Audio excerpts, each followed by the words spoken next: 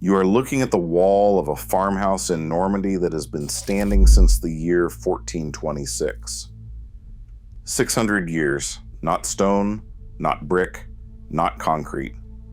The wall is a mix of lime and the chopped woody core of a plant the United States government made illegal in 1937. The plant grows 9 feet tall in 120 days on poor soil with no pesticides. The wall it builds is fireproof. It is mold-proof. It absorbs carbon out of the air every year that it stands. It costs $4 per square foot. And nobody in your country is allowed to build with it. The plant is Cannabis sativa. The wall is called hempcrete. The Romans grew the plant by the ton for rope, sails, and medicine. The medieval French builders learned how to bind it with lime mortar and turn it into a permanent house. And in 1937, 3 American men, 2 of them in offices and 1 of them on the floor of Congress, decided that you would never live inside one of those houses. I drove to that Normandy farmhouse to put my hand on the wall myself. I will tell you what I felt and what I learned.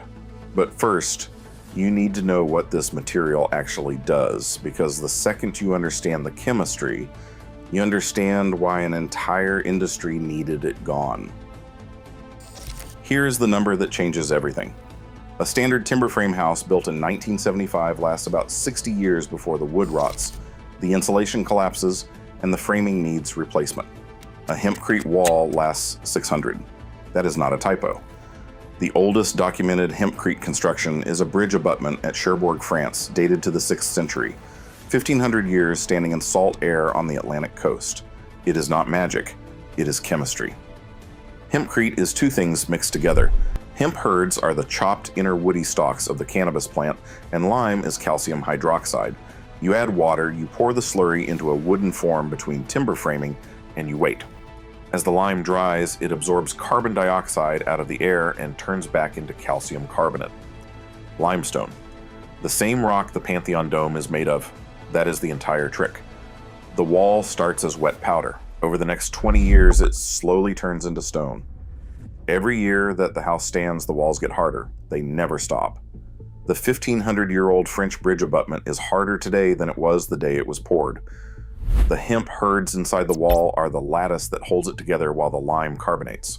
They are also why hempcrete weighs about 1/8 of what concrete weighs. They are why a hempcrete wall breathes.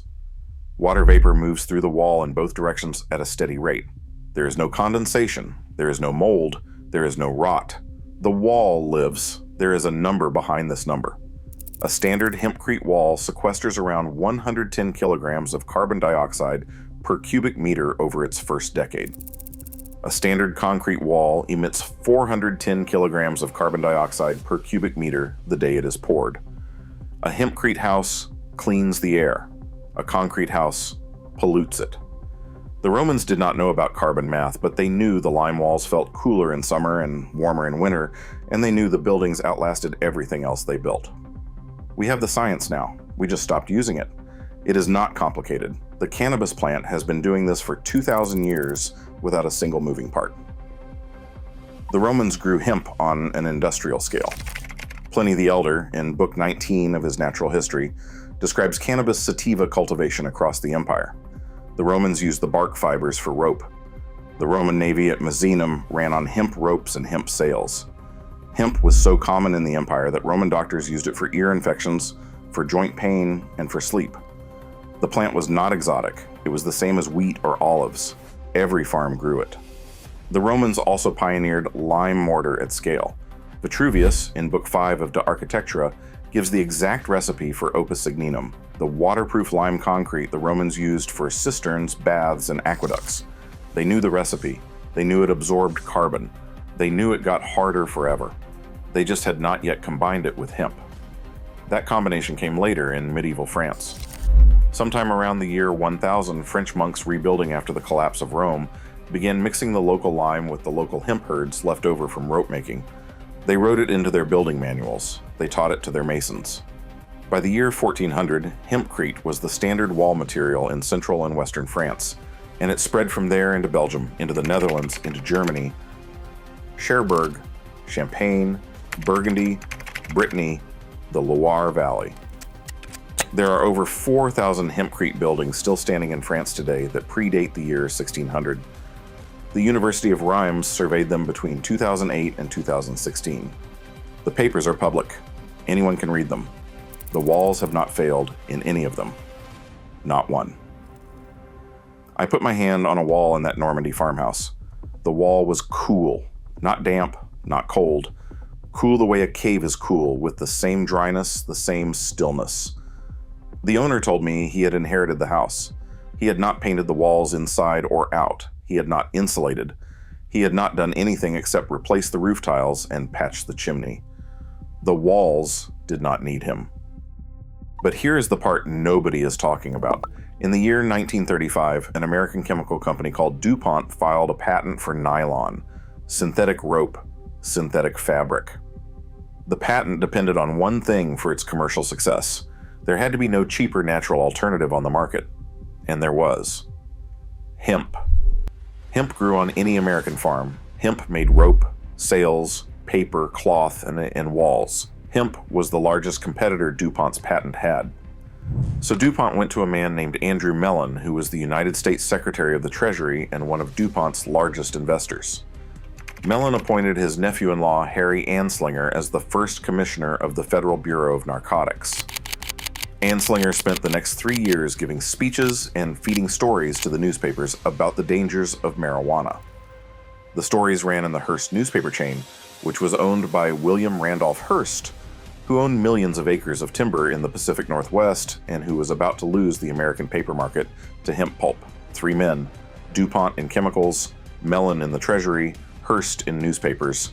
They needed hemp gone. Notice the timing. In 1935, DuPont filed the nylon patent. In 1936, Hearst ran the Reefer Madness propaganda campaign. In 1937, the United States Congress passed the Marijuana Tax Act, which placed a punitive tax on every hemp transaction and required permits no farmer could realistically obtain. The bill was introduced by a representative who later admitted he had not read it. It was signed into law on August 2, 1937. By the next harvest, hemp acreage in the United States had collapsed by 95%. The Marijuana Tax Act did not ban hempcrete by name, it banned the plant. And by banning the plant, it killed every American industry that depended on it. Hemp paper, hemp rope, hemp medicine, hemp insulation, hempcrete construction, all gone in a single year. That is not an accident. That is 3 industries protecting their patents. Hempcrete was not abandoned because it failed. It was abandoned because it worked too well, and the men who profited from the replacement got to the lawmakers first. Stay with me, because what I am about to show you is the actual modern build, with the actual materials and the actual prices that you can put into any house in any country where the plant is now legal again. I have spent the last year tracking down every Roman and medieval system that still works inside a modern home. Cooling, water, walls, food, medicine. I put them into one place. It is called the Roman home system. The link is in the description below this video. But stay here, because what a man named Cyril G is doing in a workshop outside Rouen, France, for less than the price of a kitchen renovation, is the part nobody is talking about. Here is what the system looks like for a standard wall. You need 3 things. You need hemp hurds, you need a lime binder, you need a wooden form to hold the wet mix while it sets. Hemp hurds are sold by the bag. A 200-kilogram pallet of hemp hurd costs around $300 in the United States from a licensed industrial hemp supplier in Kentucky, Tennessee, or Colorado. That is enough to build the walls of a small bathroom. Lime binder is the second component. You can use a pre-mixed hempcrete binder like Tradical or American Lime Technologies' Saint Astier, which is pure hydraulic lime. A 25-kilogram bag costs about $28. You will need roughly 1 part lime binder to 4 parts hemp hurd mixed with water until the consistency is just damp enough to hold its shape when squeezed. The form is plywood. 2 sheets of 1/2-inch plywood on each side of your timber framing, held with screws, removed once the wall sets. Plywood is $20 a sheet. Total cost for 100 square feet of wall, 8 inches thick, fully cured, is about $400.